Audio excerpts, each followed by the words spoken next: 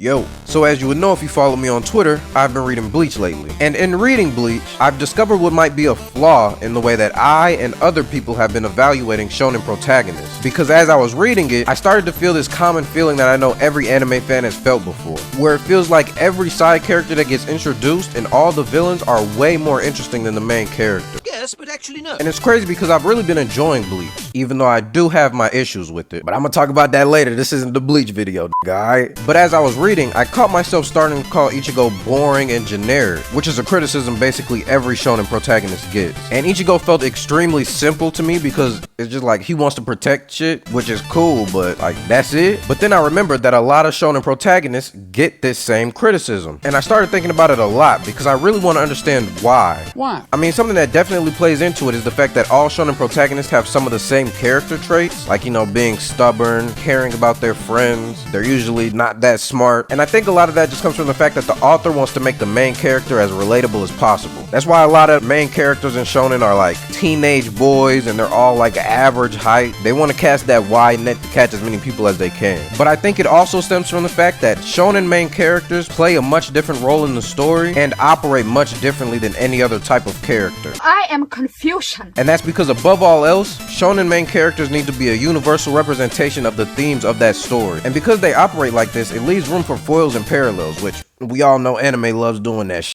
And in that, shonen main characters work to amplify the characters around them by showing their stories through the lens of that character. A good character that represents this is Luffy.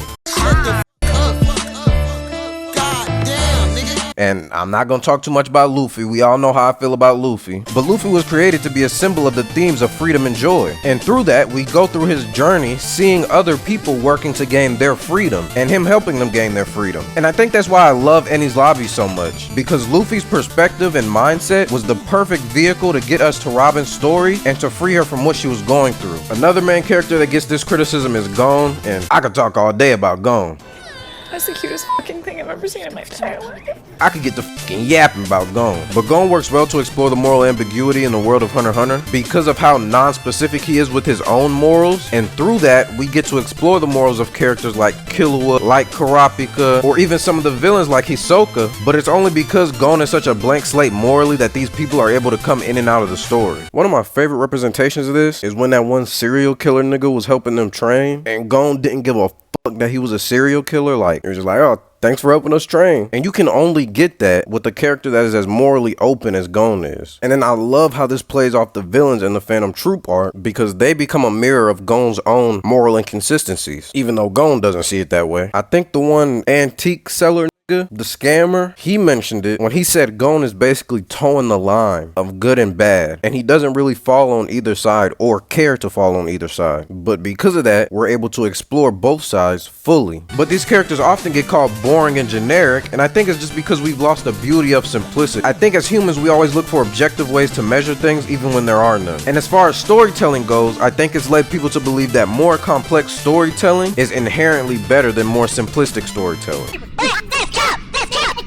Or that if something is too simple, then it just cannot be good. It must be bad. But shit, to me, simplistic shit can hit harder than the complicated shit sometimes. You know, sometimes authors do that thing where they introduce a character and they get like a short little 2-page backstory, but that shit hits. It's simple and straight to the point, but it hits. And even with that being said, in a shonen series, the main character is very rarely going to be your favorite character, because they're going to be as simple as possible and as broad as possible to reach all the thematic points of the story. And through that, the author introduces more niche characters, and they hit on more specific themes, which then leads to them becoming people's favorite characters, depending on what themes resonated with them. But these characters feed off of the main character and what they provide to the story. And the main character is like a vehicle for the story to create a connection between these different characters, themes, and traits. That's why I feel like typically, if it's your favorite series, the main character is also going to be your favorite character or one of your favorite characters, just because the themes hit that hard for you. But vice versa, if you think the series is pretty average to below average, you're probably gonna think the same about the main character. Another main character that gets shit on a lot is Deku. If you don't get that bullshit out of my face, bitch. And Deku's not my favorite protagonist of all time, but he definitely works as a perfect vehicle for the themes of his story. Like the way that Deku represents the themes of heroism and how that has an effect on people like Stain and All Might, the way he embodies sacrifice and the effect that that has on people like Bakugo, and the way that we're able to see how all the other heroes sacrifice throughout the story. story, and him relating to the impossible dream of wanting to be a hero leads to him and Shigaraki's conflict. Come on, man, y'all gotta give Deku some credit. Cut my niggas some slack. But the second most perfect example of this, behind Luffy of course, is Naruto. And I'm gonna try to keep it brief because I'm supposed to have beef with y'all Naruto niggas. These One Piece ties run deep. Like, I wasn't even gonna talk about his ad, but Naruto's such a good example for this video, I can't pass him up. And Naruto's not even my favorite character in Naruto, but you can't deny how well he's done the things that I've talked about. Like, the exact things that I've talked about in this video, Naruto is like the prototype for that shit. Like, we all know the memes of Naruto being like, I understand what you're going through. Naruto was literally created as a character to just relate to every other character, which is exactly the kind of thing that I'm talking about. Him understanding loneliness and discrimination, and the way that he's able to relate to people like Sasuke, Gaara, Obito, Pain. Damn, I'm gonna run out of breath if I gotta name all these niggas. And how all these different experiences leads Naruto to not only understand other people, but understand the world at large, understand what the world needs, and eventually come to change the world. And it's not because Naruto is this super complex character, or because Kishimoto was on some super Megamind shit when he was writing that character or something. It's simply because he was perfectly made to live in the world that he was created for. And that's really all you can ask for in a shonen protagonist. I think before, when I felt like shonen protagonists were boring and everything, I had this same criticism of characters like Goku. But now looking back on it, as much as Goku pisses me off, is this nigga serious? And a lot of his decision making makes me so